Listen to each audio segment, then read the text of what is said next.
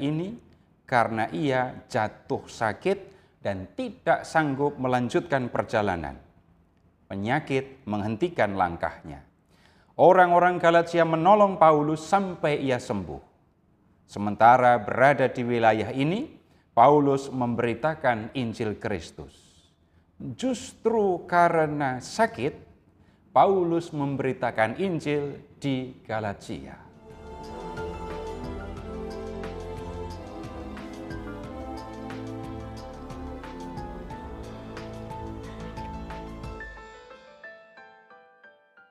Kasih karunia dan damai sejahtera dari Allah Bapa kita dan dari Tuhan Yesus Kristus menyertai kita.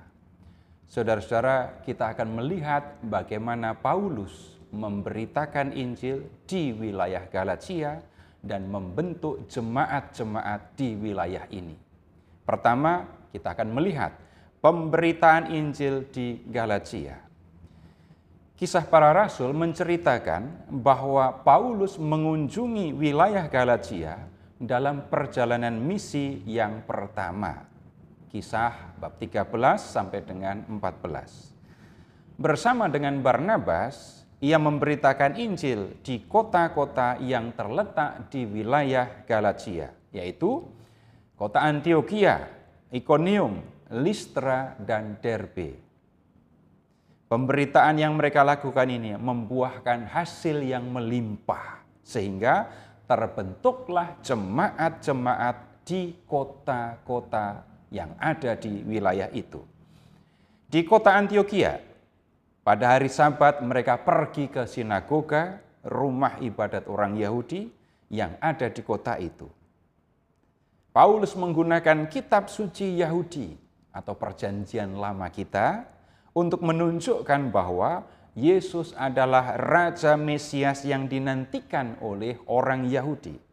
Banyak orang Yahudi dan orang-orang Yunani yang menganut agama Yahudi menjadi percaya kepada Yesus. Paulus dan Barnabas mengajar mereka dan menasihati supaya mereka hidup dalam karunia Allah. Mereka harus hidup sebagai orang yang telah menerima karunia keselamatan. Orang-orang Yahudi yang menolak untuk percaya kepada Yesus menjadi iri hati melihat banyak orang mengikuti Paulus. Pada hari Sabat berikutnya, mereka membantah apa yang dikatakan oleh Paulus. Menanggapi sikap mereka itu, Paulus berkata, "Memang kepada kamulah firman Allah harus diberitakan lebih dahulu, tetapi kamu menolaknya dan menganggap dirimu tidak layak untuk beroleh hidup yang kekal. Karena itu, kami berpaling kepada bangsa-bangsa lain."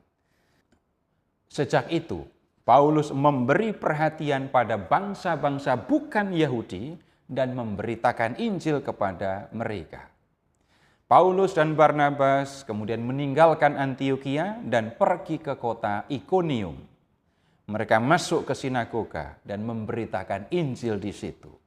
Banyak orang Yahudi dan orang Yunani yang menjadi percaya kepada Yesus.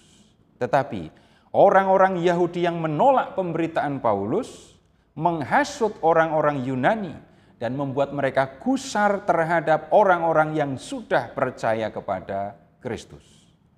Paulus dan Barnabas tinggal agak lama di kota Ikonium untuk memberitakan Injil di kota itu. Tetapi orang-orang Yahudi yang tidak percaya pada pemberitaan Paulus berhasil mempengaruhi orang-orang Yunani. Lalu mereka berusaha menyiksa Paulus dan melemparinya dengan batu. Tetapi Paulus dan Barnabas menyingkir dari Ikonium dan pergi ke kota Listra. Di kota ini, Paulus memberitakan Injil kepada orang-orang Yunani. Ada seorang yang kakinya lemah dan lumpuh sejak lahir, belum pernah dapat berjalan. Paulus berkata kepada orang itu, "Berdirilah tegak." Orang itu melonjak, berdiri, lalu berjalan. Orang-orang yang melihat mukjizat ini menyangka bahwa Paulus dan Barnabas adalah dewa yang turun ke dunia. Mereka menyebut Barnabas sebagai Zeus, dewa tertinggi, dan menyebut Paulus sebagai Hermes, utusan para dewa untuk berbicara kepada manusia. Orang-orang Yahudi dari Antiokhia dan Ikonium datang dan mempengaruhi orang banyak sehingga berpihak kepada mereka. Orang banyak itu melempari Paulus dengan batu dan menyeretnya keluar kota karena menyangka ia sudah mati. Ketika orang-orang yang sudah percaya kepada Kristus berdiri mengelilingi Paulus, ia bangkit dan masuk ke dalam kota.